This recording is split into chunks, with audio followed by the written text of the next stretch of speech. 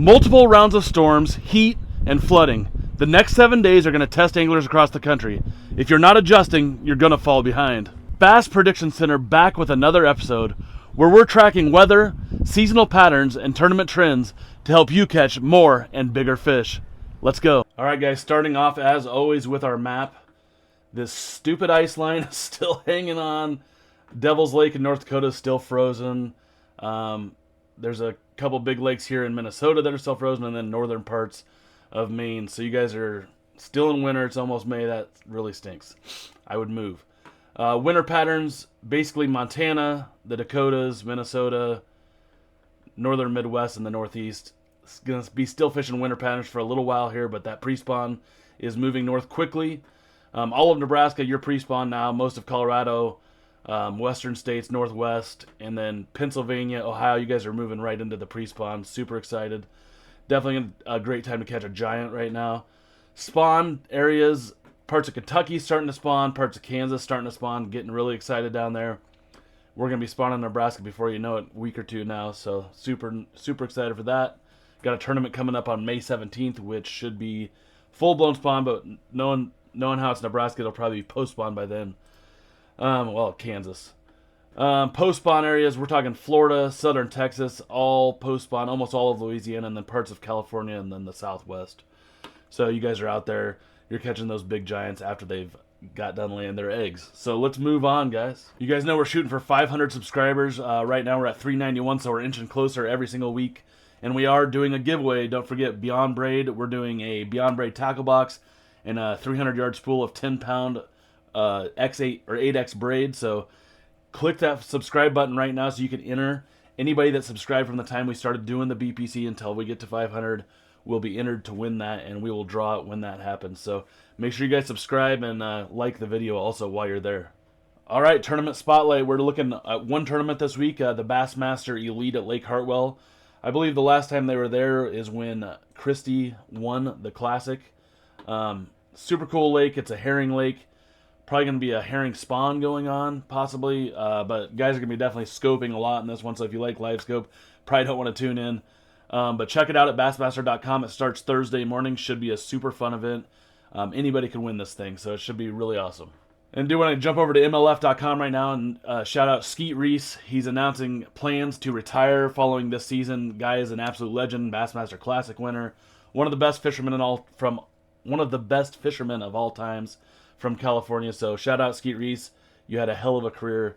Check it out on MLF.com if you want to read more. Guys, jumping into the weather, and as you can see, the SPC has laid out outlooks for the next few days, and every single one of them has severe weather lined up for different areas of the country.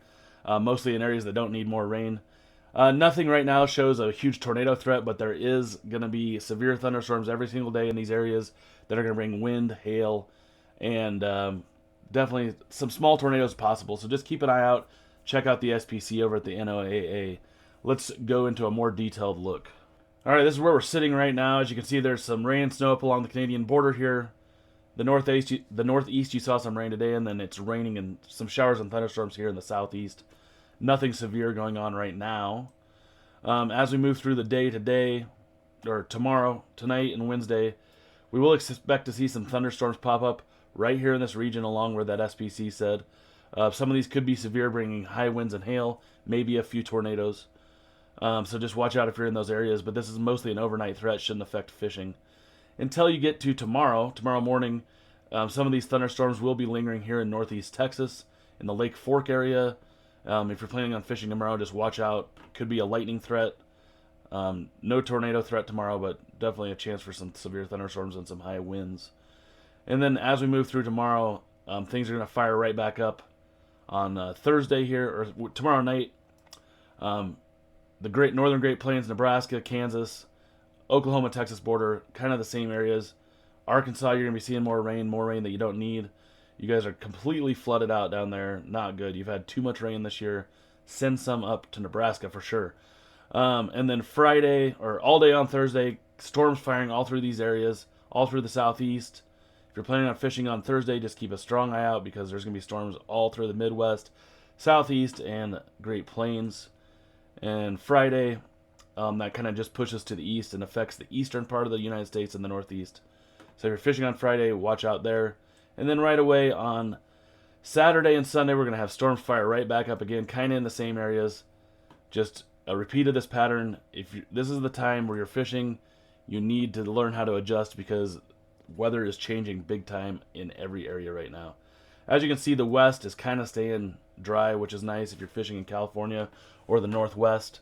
But through Sunday, definitely storms almost every single day if you're east of the Rockies. So just keep a close eye out, keep your weather radios on, and keep your life jackets handy. Looking at our wind gust map, winds aren't a huge concern unless you're around these storms. Basically throughout the country, nothing terrible, only popping up with the storms. So as you can see, as we move through the entire week, these winds just kind of pop up along the storm lines. And then maybe on Saturday we will have some gusty winds up here in the north around that low pressure system. And same thing on Sunday. Sunday's going to be a pretty windy day, especially if you're in the Great Plains all the way through Texas. So keep your life jackets on, your kill switches engaged if you're in those areas, or maybe just don't fish because it's going to be windy. All right, our temperature anomaly map. Most of the country is going to be warmer than average.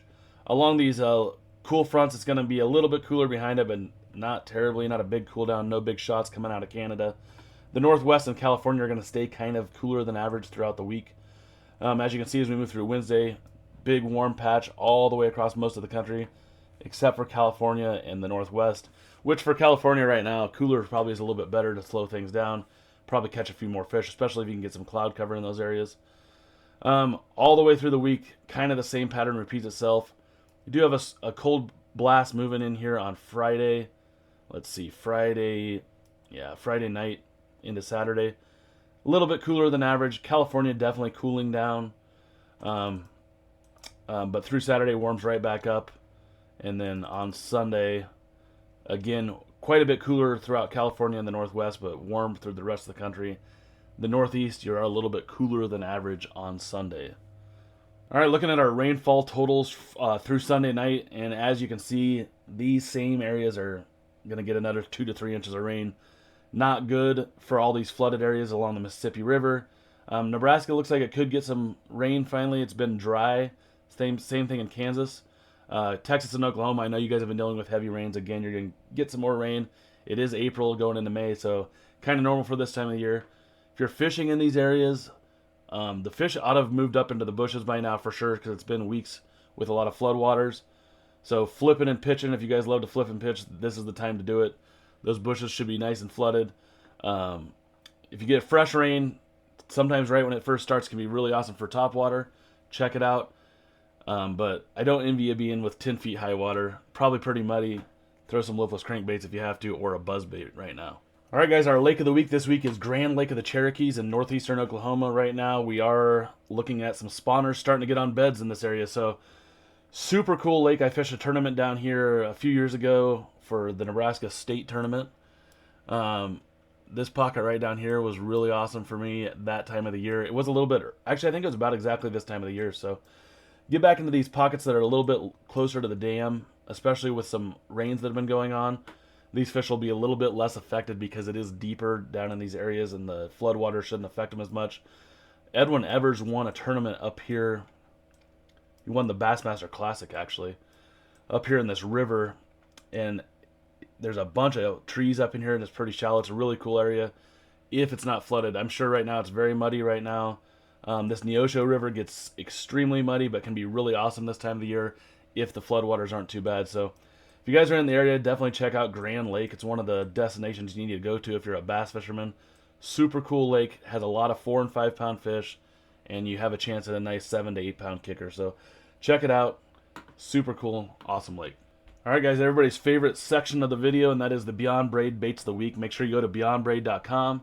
Use code BPC10 at checkout to get 10% off any item in the store. All right, we have for our we'll start with winter. Winter areas. This is a cool little technique I saw. A guy, I cannot remember who showed me it, but it's really awesome. Use a football-style Ned head. I like this weedless one from 6th Sense called the Divine Football Ned head. And I like to pair that with a Z-Man TRD bugs. And as you know, this is that Z-Man plastic that you cannot rip. You glue this onto this head. You're going to fish all day with one bait. Put a little bait fuel on there to make the scent nice. But Really good in smallmouth areas, but also great for largemouth. So flip this around anywhere that they might be staging up in the winter. Those steep banks, those 45-degree banks with rock, super awesome bait. Pre-spawn areas, 6 cents Quake lipless. I was fishing in a tournament at Lake of the Pines one year. Guy absolutely dominated me in the grass with a 6 cents Quake 3/4 ounce in this gold reactor color. Really good in the spring when everybody else is throwing red. Throw this gold reactor. It's a little something different the fish aren't used to seeing. Rip it right out of the grass. You're going to get some insane reaction strikes on this thing. Spawn areas. This is my favorite shaky head. It's the Riot Tungsten Fidget head. And I like to pair that with a net bait T-Mac worm. All the net baits, soft baits now have bait fuel infused in them, which is awesome. And this is probably the best shaky head worm that I've ever used. So you can flip this around areas that there's beds, or even around areas that there might be some females staging up, getting ready to spawn. Shaky head in the spring is unbelievable if you haven't tried it. Post-spawn areas, I'm going to go out and find hard bottom areas, flat points, places that a shad spawn might be going on. I'm going to be throwing this Smash Tech Bubble Fry.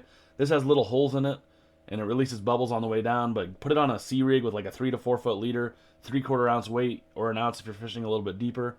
Drag it all around the lake. You're going to catch a ton of fish, and the big ones love it. So go to smashtech.com or Tackle Warehouse to check that out. All the baits will be linked below in the description if you want to get yourself some. All right, guys, that is your BPC weekly forecast. Make sure you stay safe out there and watch the sky. Adjust your fishing patterns as these storms roll through. They're going to be rolling through every single day. Make sure you drop a comment and let me know where you're fishing this week, which baits you're throwing, what you're seeing out there, if you're seeing spawn, post-spawn, pre-spawn, whatever. And don't forget, for a shot at the giveaway, we need you to subscribe to the video. That's all you got to do. We'll see you back here on Friday for the weekend update. And don't forget to check out my tournament breakdowns, which I just dropped on Sunday. Thanks for staying in tight lines.